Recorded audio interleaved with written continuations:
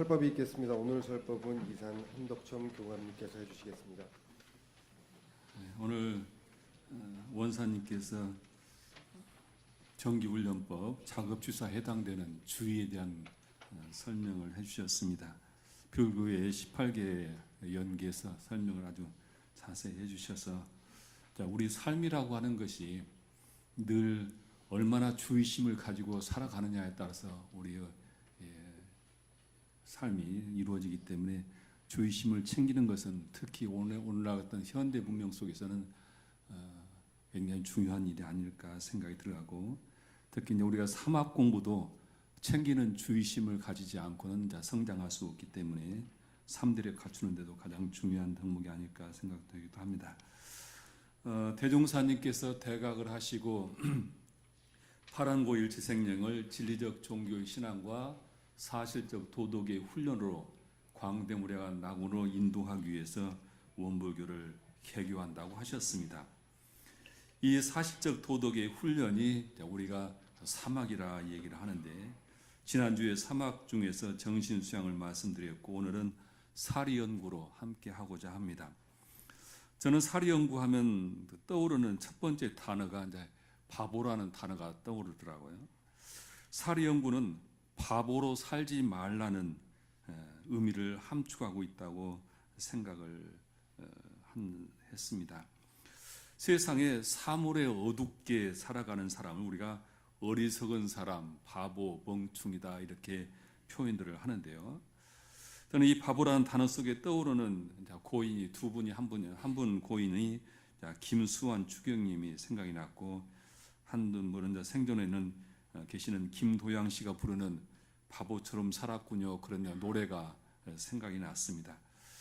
우리가 아시다시피 김수환 추기경님은 바보라는 아호를 가지고 일생을 사셨고, 열반하시고 나서 후진들이 바보 재단을 만들어서 그 재단이 지금 고인의 뜻을 구현을 하고 있습니다.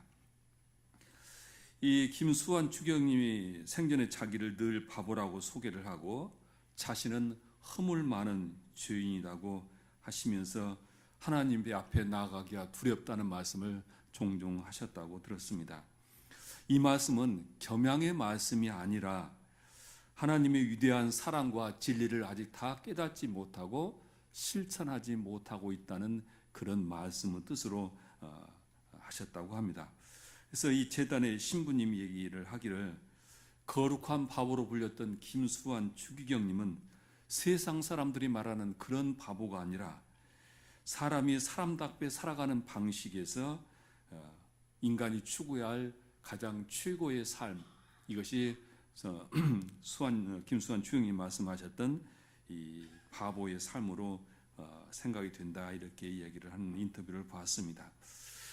마치 대산종사께서 대사식에서 나는 16세에 출가한 후 교단에 살면서 무엇이 되려고 하지 않았고 무엇이 된 일도 없다. 그저 16세시 대종사님을 모시고 살던 16세의 소자요, 소재요, 소동이라는 생각만 가지고 살았지 무엇을 했다는 생각이 하나도 없다. 이렇게 종법사 33년을 마감하고 자리를 이양하면서 이 법문을 하셨던 것처럼 바로 이 두 분의 추구하는 삶의 길이 같지 않았을까 생각이 들어갑니다. 그래서 참 지혜를 갖춘 지혜자는 바로 이 바보라는 역설이라는 말씀을 생각하게 하게 됩니다. 세상에서 보는 가치관으로는 볼 수 없는 참 진인이요 참 지혜가 바로 참 바보라는 말씀이 뜻이 아닐까 생각을 해보게 됩니다. 또 떠오르는 김도양 씨가 말하는 바보처럼 살았군요. 어느 날 낙엽 지는 소리에 갑자기 텅 빈 내 마음을 보았다. 그냥 그렇게 흘러버린 그런 세월을 느낀 거죠. 저 떨어진 낙엽처럼 그렇게 살아버린 내 인생, 잃어버린 것이 아닐까, 늦어버린 것이 아닐까, 흘려버린 세월을 찾을 수만 있다면 얼마나 좋을까. 난 참 바보처럼 살았군요. 시류 따라, 세월 따라, 유행 따라 남이 하는 것 흉내내다 살아온 삶을 뒤돌아보니 회한이 많이 남는 그런 이야기가 노래 가사가 아닐까 생각이 들어갑니다. 모든 사람들이 대체적으로 자기 잘난 맛에 살고 때로는 열등감으로 치열하게 한 생을 살아보지만 뒤돌아보면 후회가 많이 남는 그런 삶의 노래가 아닐까 생각이 들어갑니다. 달관자, 깨달음을 얻은 사람들, 지혜를 갖춘 사람들은 우리 중생들이 살아가는 모든 사람 모습이 바보처럼 보이지 않을까. 서가모니 부처님께서 일체 중생의 모든 삶을 고통의 윤회 속에 산다 얘기를 했고, 그 고통의 윤회의 현상을 12년법으로 말씀을 하셨습니다. 이 12년 첫 서두가 무명이죠. 무명에 의해서 노사까지 마지막 12과정을 거쳐가게 되어 있습니다. 그래서 이 무명에 갇혀 살아가는 이 모든 중생의 삶을 바로 바보의 삶이다 이렇게 말할 수 있지 않을까. 저는 살아가면서 제 삶의 그림자 속에 이 바보의 그림자를 종종 발견하게 됩니다. 대중사님께서 사리연구 요제를 말씀하시면서 사라함은 인간의 12예를 이름이요 이라함은 천조의 대소유무를 이름이니 대라함은 우주만유의 본체를 이름이요 소라함은 만상이 형형색색으로 구별되어 있으며 유무라면 천지의 추나추동 사시순환과 풍운으로 상설과 만물의 생로병사와 흥망성쇠의 변태를 이름이며 연구라 하면 사례를 연구하고 궁구함을 이름이다. 이렇게 말씀을 하셨는데, 많은 사람들이 이 12이해에 어두워서 많은 실수를 하고 악업을 짓고 그래서 고해에 빠져들고 또한 천조의 대소유무를 알지 못해서 우리가 늘 불안하고 초전하고 그리고 중생의 그 고통을 벗어나지 못하는 바보 생활을 하고 있지 않은가 생각을 해봅니다.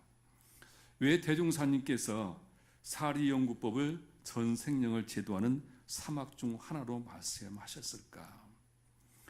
대종사님께서 사리연구 목적을 일의 12이해를 모르고 자행자지한다면 찰나찰나로 육군을 동작하는 바가 모두 죄고로 하여 전정고해가 한이 없을 것이요 그러셨습니다. 우리가 당하는 모든 고통이라고 하는 고해의 이 삶이라고 하는 것이 하나는 12이해를 몰라서 생기는 것이다. 아까 육군에 대한 주요형에서 말씀을 하셨는데, 우리 육군이 이 12이해를 모르고 육군 동작을 하게 되면 그 모든 것이 죄고로 하게 된다. 우리가 받는 고통이, 우리가 받는 모든 고해가 원죄에 의해서 이루어지는 것이 아니고 신에 의해서 이루어지는 것이 아니고 내가 12이해를 얼마나 잘 알고 육군 동작을 하느냐에 따라서 달린 것이다. 이런 말씀이죠. 언젠가 소개해드렸듯이 타산 선생님이 아들 정학연에게 유배지에서 편지를 보내죠. 거기 보면 천하에는 두 가지 큰 저울이 있다 그렇게 얘기를 하죠. 하나는 옳고 그름을 판단하는 시비의 저울이 있고, 하나는 이로움과 해로움을 저울질하는 저울이 있다. 이 두 저울에 의해서 네 가지 큰 등급이 생기는데, 옳은 것을 지켜서 이로움이 생기게 하는 것이 으뜸이요, 그 다음은 옳은 것을 지키다가 해로움을 당하는 것이요, 세 번째로는 그름을 따라갔는데 오히려 이로움이 생긴 것이요, 마지막은 가장 낮은 것으로 그릇됨을 행하다가 해로움을 불러들이는 것이다. 이렇게 12의 저울과 이해의 저울 속에서 인간들이 살아간다. 이렇게 말씀을 하시죠. 그래서 이 12의 축과 이해의 축이 서로 만나서 우리의 삶이 네 가지 형태의 삶을 만들어내는데, 첫째는 시일이다. 좋은 일을 했더니 좋은 결과가 왔다. 더없이 바랄 것이 없는 그런 것이죠. 내가 좋은 일을 했더니 좋은 결과가 왔다. 두 번째로는 시이해라. 나는 옳은 일을 했는데 내 삶에 손해가 따르더라. 그리고 세 번째는 시비일이라. 나쁜 짓을 했는데 오히려 이득을 보는 것이다. 그리고 네 번째로는 비이해라 나쁜 일을 하다가 손해를 본 건데, 대체적으로 우리의 삶은 이 네 가지에 의해서 우리가 고해 속에서 헤매게 되고 또한 즐거움을 찾기도 하는데, 우리 도반님들은 주로 이 네 가지 유형 중에서 이 네 가지 시비와 이해의 이 네 가지 속에서 어느 쪽이 내 삶을 더 많이 차지하는가? 만일 C1위의 삶만 늘 산다고 한다면 아마 그 삶은 늘 고해가 없이 행복하지 않을까 생각이 들어갑니다. 우리가 12예를 모르고 살아가면 종종 결과만 좋다는, 뭐로 가도 서울만 가면 된다는 생각으로 우리가 과정을 소홀히 하는 삶을 살아가게 되죠. 결과만 중시하다 보면 그 당시는 좋지만은 길게 놓고 보면 그것이 고해를 불러들인 원인이 되는 경우가 많이 있습니다.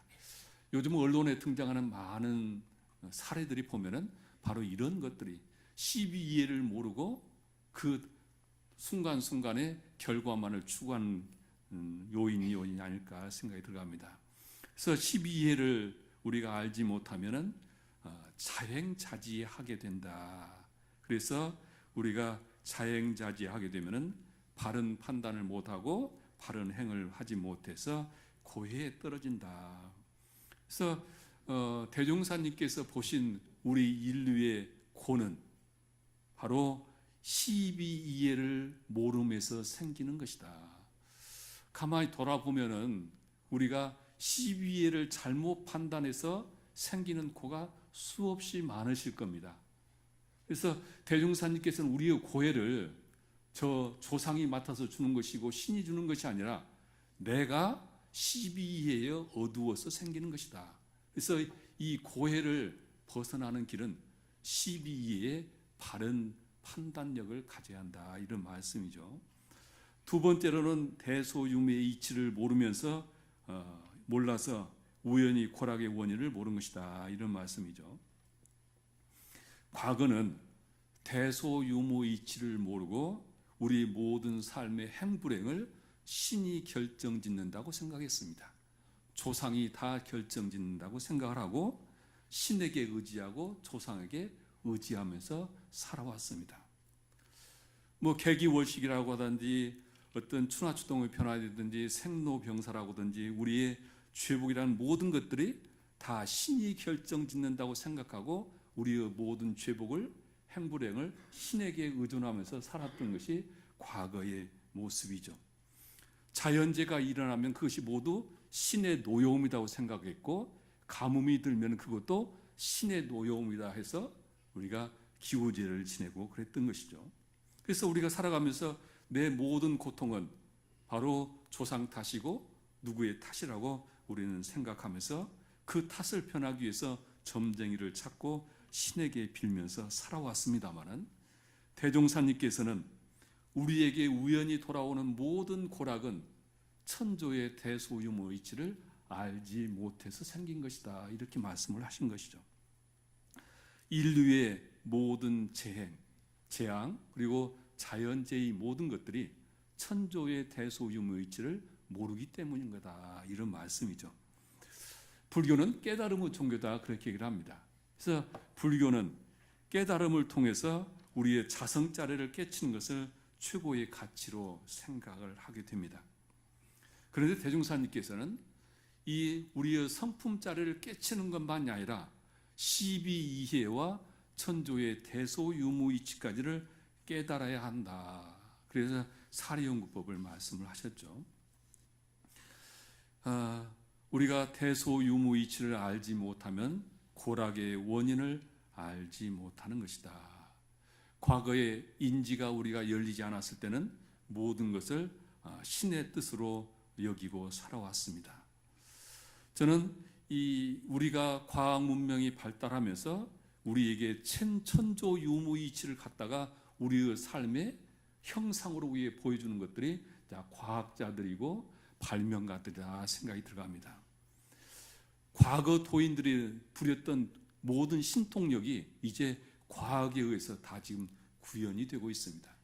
그 과학자들이 구현하는 것은 천조의 대소유무이치를 보아서 과학이라고 하는 이 방법을 통해서 우리에게 보여주고 있는 것이죠. 그래서 우리가 대소유무이치를 깨닫는 것을 견성이다 그럽니다. 견성이라고 하는데 대산종사께서 견성에는 세 단계가 있는데 첫째는 초견성이다. 이 초견성은 불생불멸의 본체 자리와 일체중생의 본성 자리는 대자리를 아는 것이다. 대소유무에 있어서 대자리를 아는 것이 바로 초견성이고, 중견성은 대가 변하여 소가 되는 이치를 아는 것이 중견성이다. 현세 눈으로 다 보이는, 아까 육군으로 육경을 만나서 육식에 작용을 하도록 하는 모든 육경의 모든 존재 자체를 아는 것을 중견성이라고 하고, 상견성은 대가 변해서 소가 되고 소가 변해서 대가 되고 유가 변해서 무가 되고 무가 변해서 무가 되는 대소유무의 이치를 다 알아서 모든 것이 토가 떨어지는 것이 견성이다. 이것이 상견성이다. 그런 말씀을 하셨습니다. 그래서 원불교에서 법위에서 항마유는 이 견성을 하지 못하고는 항마유 오를 수 없는 것이다. 그런 말씀입니다. 그래서 우리가 견성을 하지 못했다 하면은 달관자의 눈으로 보면은, 지혜의 모는 보면은 우리 모든 삶이 바보의 삶이 아닌가 생각을 해봅니다. 우리가 감수불고라고 하는 이 이치를 제대로 터득하고 실천하기 위해서는 이 대소유무의 이치를 알아서 우연히 오는 고락의 원인을 알아야 우리가 고해에 떨어지지 않는 것이다. 원불교를 믿으면은 바로 12이해의 눈이 열리고 대소유무의 이치의 눈이 열려서 우연히 오는 고락으로부터 우리가 고해로부터 벗어날 수 있는 것이다. 이런 말씀입니다. 또한 생각이 단촉하고 마음이 편협하여 생로병사와 인과 보응의 이치를 모르기 때문이다. 우리는 12이해와 이르 12이해와 대소유무의 이치를 알지 못하기 때문에 눈앞의 일에 늘 우리가 편협하고 또 눈앞의 일만 생각하고 살아가게 됩니다.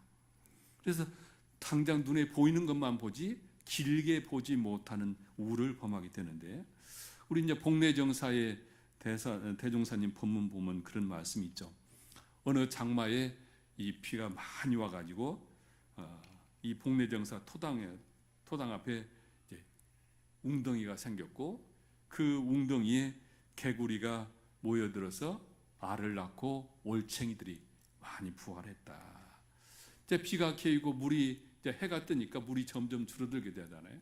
그런데 이 올챙이들이 물이 마르면 죽게 될 텐데 그 죽을 줄을 모르고 그곳에서 즐기고 있더라. 그러시면서 하시는 말씀이 참 안타까운 일이다. 1분 2분 그 생명이 줄어가고 있는 줄을 모르고 저와 같이 기분 좋게 즐기는도다. 그러나 어찌 저 올챙이들 뿐이리요.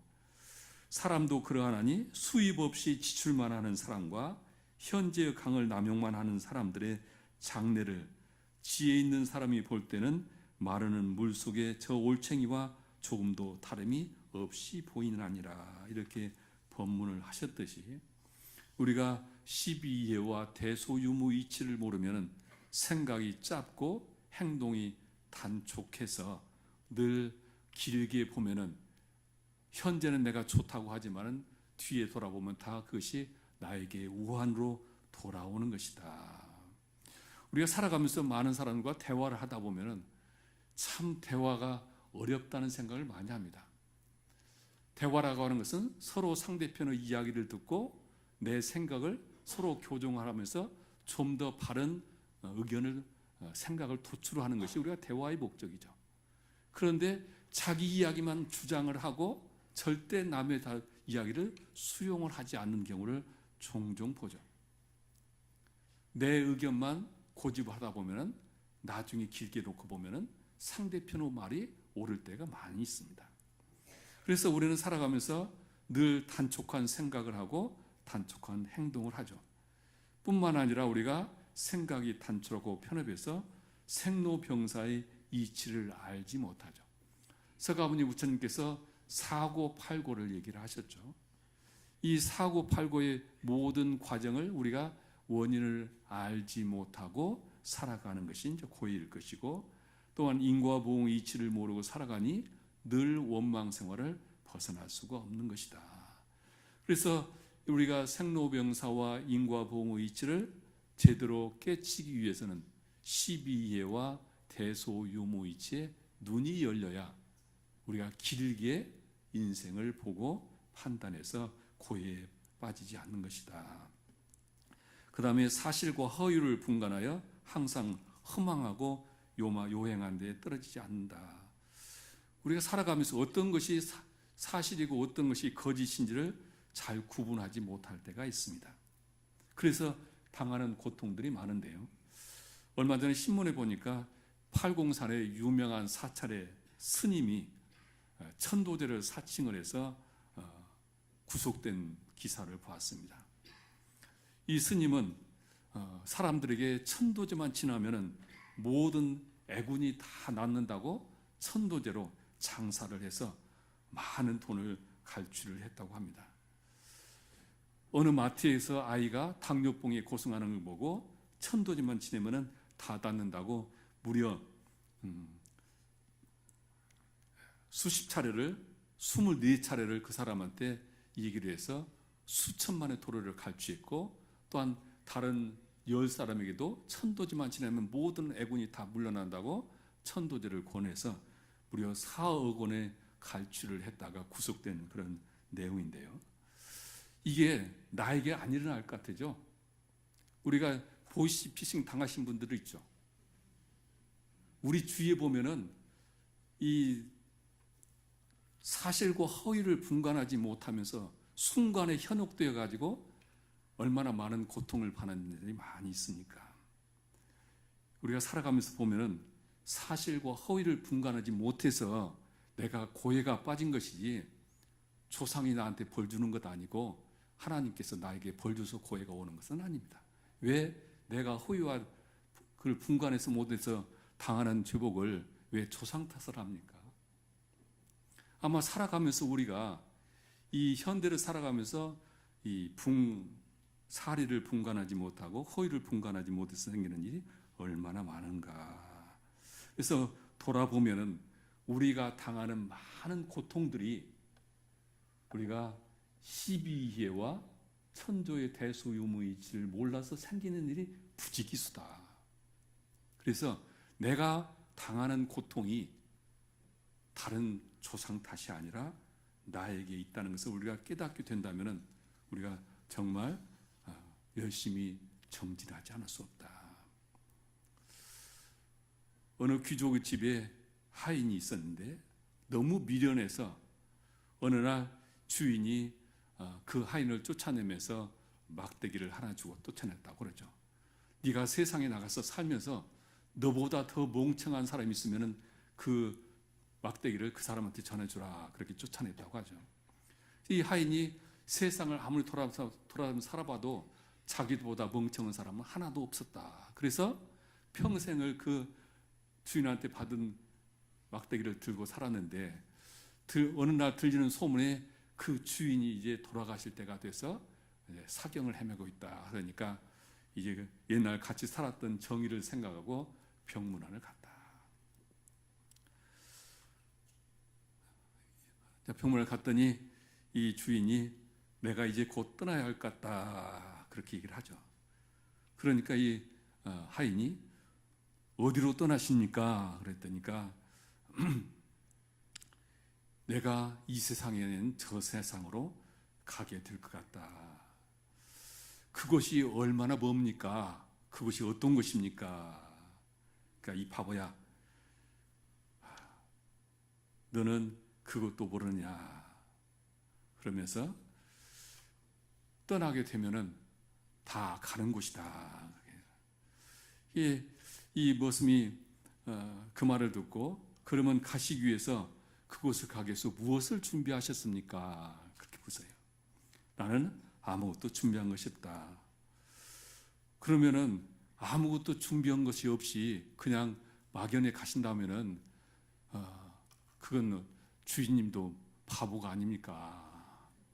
나는 알겠는데 주인은 모르시면은 이건 주룩 막대기, 이 막대기는 주인이 가지고 가셔야겠습니다 하고 마지막 가시는데 막대기를 전했다, 그런 얘기를 하는데, 우리가 진리의 눈을 뜨지 못하면은 다 부처님 법의 12인연법에 의해서 생로병사의 죄복의 고락의 그 윤회를 벗어날 수가 없는 거다. 사리연구는 우리에게 진리의 눈을 뜨게 하는 것이다. 진리의 눈을 떠야 우리가 고해로부터 벗어날 수가 있는 거다. 그래서 나에게 오는 고해를 누구 탓을 하지 말고 내가 12위의 바른 지견을 가지고 있는가, 내가 대소유무의 밝은 지혜를 가지고 있는가, 그렇게 바라보는 것이 더 현명한 현인이 아닐까 생각이 들어갑니다. 저는 사리 연구를 할 때, 늘 연구할 때마다 바보라는 단어가 저에게 이렇게 늘 떠오릅니다. 사리 연구의 어두우면은 그 고해를 불러들인 주인공이 나이고, 그래서 나는 바보다. 또 하나는 사리 연구하면 떠오르는 것이 이제 도통이라고 하는 단어입니다. 도통. 우리가 이제 사막을 할 때 정신 수양을 하면은 영통을 하고, 작업치사를 잘하면 법통을 하고, 사리 연구를 잘하면은 도통을 한다, 그럽니다. 그런데 도통하면 떠오르는 이미지가 있어요. 저는 도통하면은 제일 먼저 떠오르는 사람이 신선이 떠올라요. 신선이 떠오르는데, 신선은 도수를 부리잖아요. 도수를 부리는 사람, 우리가 도통을 했다. 그래서 세상 많은 사람들이 그 도통을 했다는 사람을 경외심으로 바라봐요. 지금도 지리산에서 몇십 년 수행을 해서 도통했다고 한 사람들이 지금 신문에 대문짝에 광고를 냅니다. 당신의 모든 고통을 다 해결해 준다. 사주팔자를 다 봐주고 모든 것을 다 해결해 준다고 얘기를 하는데, 그렇게 우리는 도통한 사람들을 이미지를 가지고 있습니다. 그래서 이 물질 문명이 발달되기 이전에는 많은 사람들이 종교적으로 주술적으로 전부 자신의 인생의 모든 고통의 해답을 도인들을 통해서 도통을 했다고는 도인선 사람들을 의지해서 우리가 다 해결하고 살았습니다. 그런데 이 과학, 특히 전기, 전자, 공학 분야가 발달하면서 이제는 종교적인 진리보다는, 주술적인 그런 가르침보다는 과학적인 진리가 현재의 문명을 주도하면서 도술이나 주술은 이제 미신으로 물러나게 되었습니다. 과학은 우주와 인간 그리고 자연의 모든 신비를 과거에 도술만이 했다고 하는 생각들을 과학들이 다 풀어내고 있습니다. 과학들이 발달하면서 과거에 우리의 모든 병을, 이 도통한 사람들이 병을 낫게 했다면 이제는 의학이 발달해서 의술이 우리의 건강, 생명을 다 책임지고 있습니다. 세상의 모든 도술이라고는, 과거의 도술이 이제 과학 문명들이 다 이뤄내고 있습니다. 그래서 이제 현대와 미래는 과학 문명이라고 하는 것이 우리가 과거에 의지했던 도술 문명을 선도하는 중심이 되어가고 있습니다. 대종사님께서는 물질이 개벽되는 것을 말씀하세요. 물질이 개벽되면은 과거의 모든 도통한 도술들이 했던 것들이 이 물질 문명에 의해서 대부분 해결되는 세상이 되었습니다. 그런데 이 도술, 과학 문명을 통한 도술 문명을 이뤄내는 사람들이 바로 천조의 대소유미의 이치를 눈뜬 사람들이, 그 이치를 아는 사람들이 그것을 응용을 해서 그걸 통해서 우리에게 이 신비한 이적과 같은 새로운 문화를 만들어낸다고 하는 것이죠. 그래서 대종사님께서 그런 말씀을 생전하셨다고 하거든요. 앞으로는 견성한 과학자들이 나와서 나의 말을 다 인정할 것이다. 이 말씀은 과학자들이 천조의 대소유무의 이치를 보아다가 그것을 이 수호라고 하는 물질을 만들어서 우리 삶을 변화시키게 되는 것이다. 그래서 대종사님께서 말씀하신 이 사리연구 방법은, 사리연구법이 바로 미래의 현대판 도통의 길이 여기에 있다. 현대적인 도통의 길은 여기에 있다. 그 사람의 전생사 알아맞추는 것이 도통이 아니라 그 천이통, 천족통을 하는 그런 것이 도통이 아니라 이제는 과학 문명이 그 일을 만들어내고 우리의 삶의 행불행을 바로 이 사리연구가 만들어내는 것이다. 대산종사 말씀으로 오늘 설교 말씀을 정리를 하겠습니다. 사리연구는 연구를 통해 일과 이치를 연마하는 것이라 이는 보고 듣고 사색하고 수중하는 공부를 계속하여 아르마리를 얻는 것이며 참된 성품을 보는 것이며 그 일거래 바른 깨달음을 얻는 것이니라.